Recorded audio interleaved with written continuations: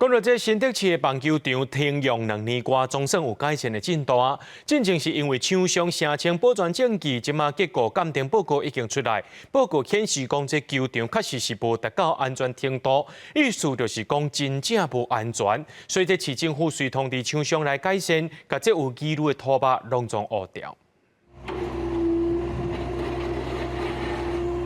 大型机构等2年外，即马总算会当开学。新德市立棒球场因为厂商向法院声请保全证据，所以对2022年7月到今拢未定未动。如今改善工程总算会当继续进行。附近做生意的店头家拢真期待，希望棒球场会当赶紧重新启用。期待。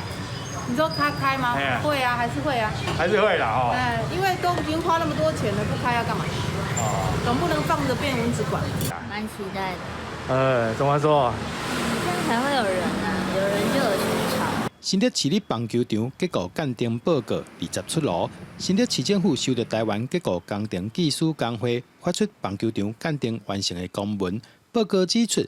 球场无达到安全程度，意思是真正无安全，所以市府随通知厂商来改善，有疑虑的拖把全部移除。鉴定报告结论中指出，棒球场地下室顶板在球场目前实际覆土的情况下，经过计算，无梁板结构断面长度没有达到混凝土结构设计规范可以确保的安全程度。